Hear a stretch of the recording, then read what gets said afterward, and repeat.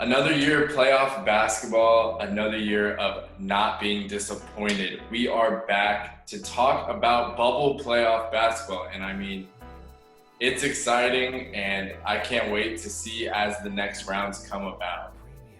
Yeah, there's been some good games already. There's been some surprises. I'm not exactly sure what's going to be happening going forward, but so far, like you said, definitely not disappointing. It's been fun to watch. Before we talk about the playoff series themselves, I just want to bring attention to Devin Booker and the Suns. I mean, they went 8-0 in the bubble and got left out. I totally agree, and I think that Dame and the Trailblazers were the correct team to be in there, but we can't discount what the Suns did and Devin Booker on that run. So props to them and their future. But speaking of Dame and their first round matchup, they came out hot, beat the Lakers in game one, and ever since then, the Lakers showed up, and as we've seen in games 3 and 4, LeBron and AD have finally kicked it up a notch. Yeah, it kind of took them a game or two to break off the playoff rust and probably still the bubble rust. But you know what, moving forward, I think they're going to be able to go ahead, get past this round, obviously, with relative ease, move on to the next round, probably play the Rockets. Actually, I know that's who they're playing. I'm pretty sure. No, that series isn't over yet, but that's who I would like to think they're gonna play. But I think it's just a matter of LeBron realizing it's time to score and time to dominate basketball. And with AD and LeBron taking advantage, I don't see another team out there being able to stop them. That OKC Houston series is very interesting because there's no Russell Westbrook. So it'll be interesting to see if he comes back, but relatively speaking, kind of a boring series going under the radar, in my opinion. Yeah, it's just going to be one of those things where the outcome is whoever wins this is going to have to play either the Clippers or the Lakers, and they're just going to be the next stepping stone for somebody else to get to the finals, conference finals. I don't see them either of those two making too much noise. Agreed. And a relatively high-scoring and exciting series, though, is Utah and Denver. A series that I know we both were excited for to see kind of what was going to happen. We weren't really sure. But Donovan Mitchell's playing out of his mind right now. And Utah's giving Denver a run for their money. Yeah, it's going to be interesting. And whoever comes out might actually have an interesting advantage on either the Lakers or the Clippers. Just because I think they both kind of they're both kind of unique teams, the Denver Nuggets have Jokic, who there's not really anybody else like him. I think AD or somebody on the Clippers will be able to take them. But either one of those teams that come out, they're going to be interesting for whoever plays them. But I think the Lakers or the Clippers will be able to handle them, but still. And speaking of the Clippers, I think maybe the most interesting series in the bubble right now, Clippers Mavericks, that we all know should be 3-1 Mavericks at the moment. What's your take on that series? I'm excited. I love to see Luka and Dallas kind of take that next step. Yeah, I am very excited to see Luka and Kristaps for the next 10 years. I hope that they stay together for a while because they're going to be so interesting to watch. This is their first playoff series together. So, I think you're right. It should be 3-1 Mavericks, but so far it's been entertaining. The best series of the round so far. I want to see more of this. I hope it goes 6 or 7 games. Yeah, and without Kristaps, I think we're going to see the Clippers move forward. But I don't know if you saw this, but did you see that video of Marcus Morris stepping on Luka's ankle? Yeah, he was trying to get under the skin of him. Clipper fans, go watch your team. Real sportsmanship. Yeah. But Kawhi's been playing out of his mind.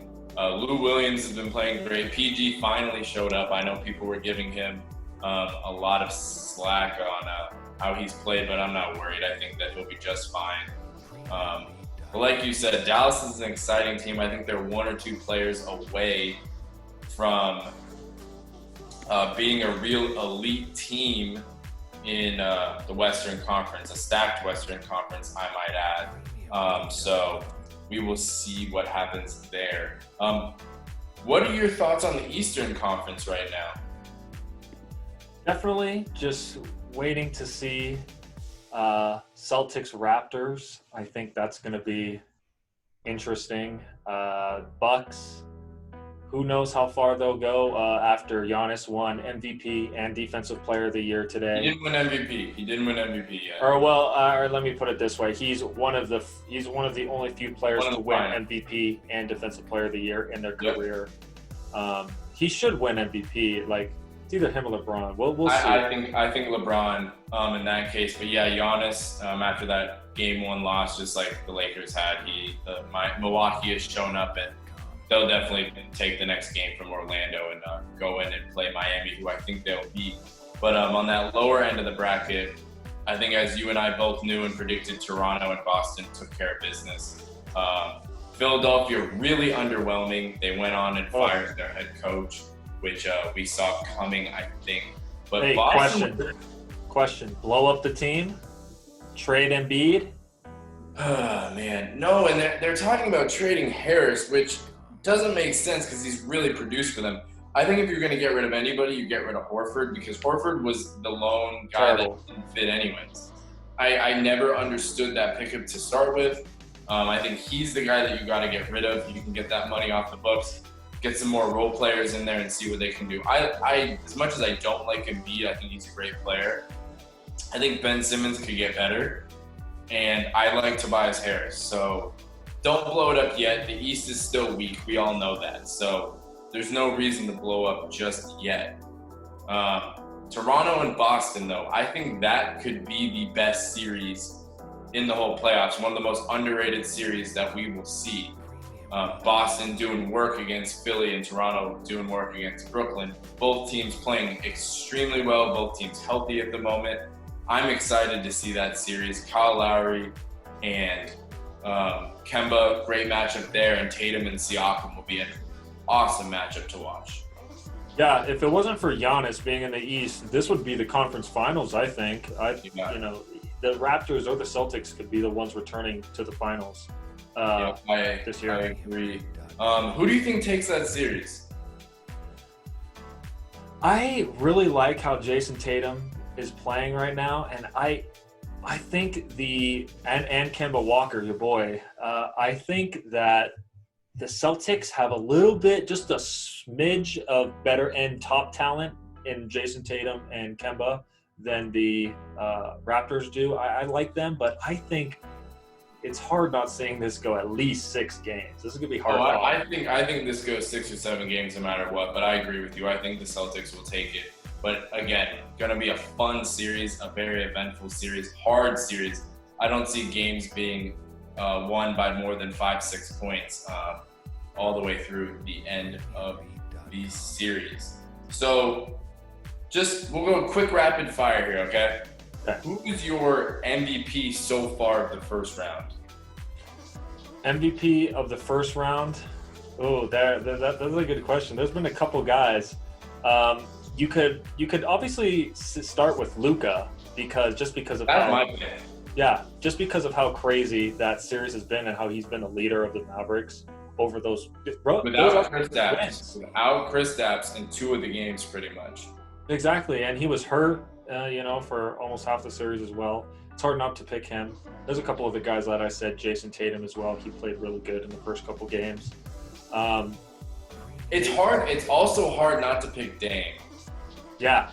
I know they're gonna lose, but you cannot discount how he's played. Arguably, right now, like today, he's the best player in the world right now, playing hot. There's no one that can stop him besides maybe Luka. When I was watching the highlights from the past couple games, I realized I wasn't really watching for the Lakers. I was watching to see how Damian was doing. Oh, we want to see him pull up. So, interesting there. And, I don't know if you paid attention to this as much, but we'll see what you think. Best coached and solid team overall through the first round, like from start to finish in their series. Best coach, I still think Nick Nurse has done a really good job this year. I think he should win Coach of the Year actually. Again, I don't know if he won last year.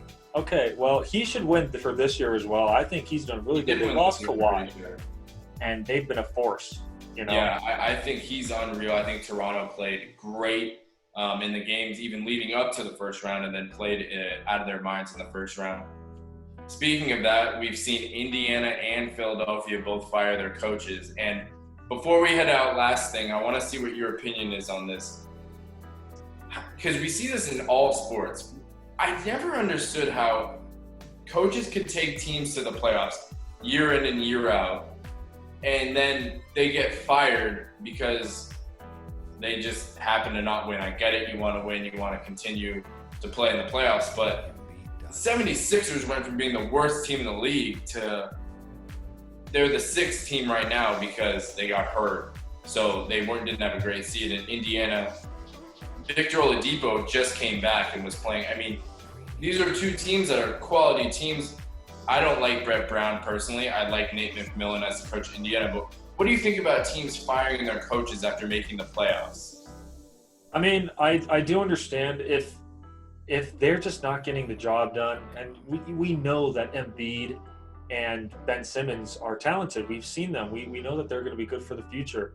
It's just why are they 6th seed? They should those two guys on the same team is unfair, and the fact that they are consistently like 5th or 6th, they're always losing the first round embarrassingly the past couple of years. I think they can push it higher. I think that's what their mindset is, the whole organization's mindset. And you know what? There's an internal decision that Brett Brown wasn't going to be able to do that. Okay, but so then I'll use a different scenario. So why hasn't a guy like Mike D'Antoni been fired? Houston can't get over that hump. I know they had to play Golden State, but I mean, same thing.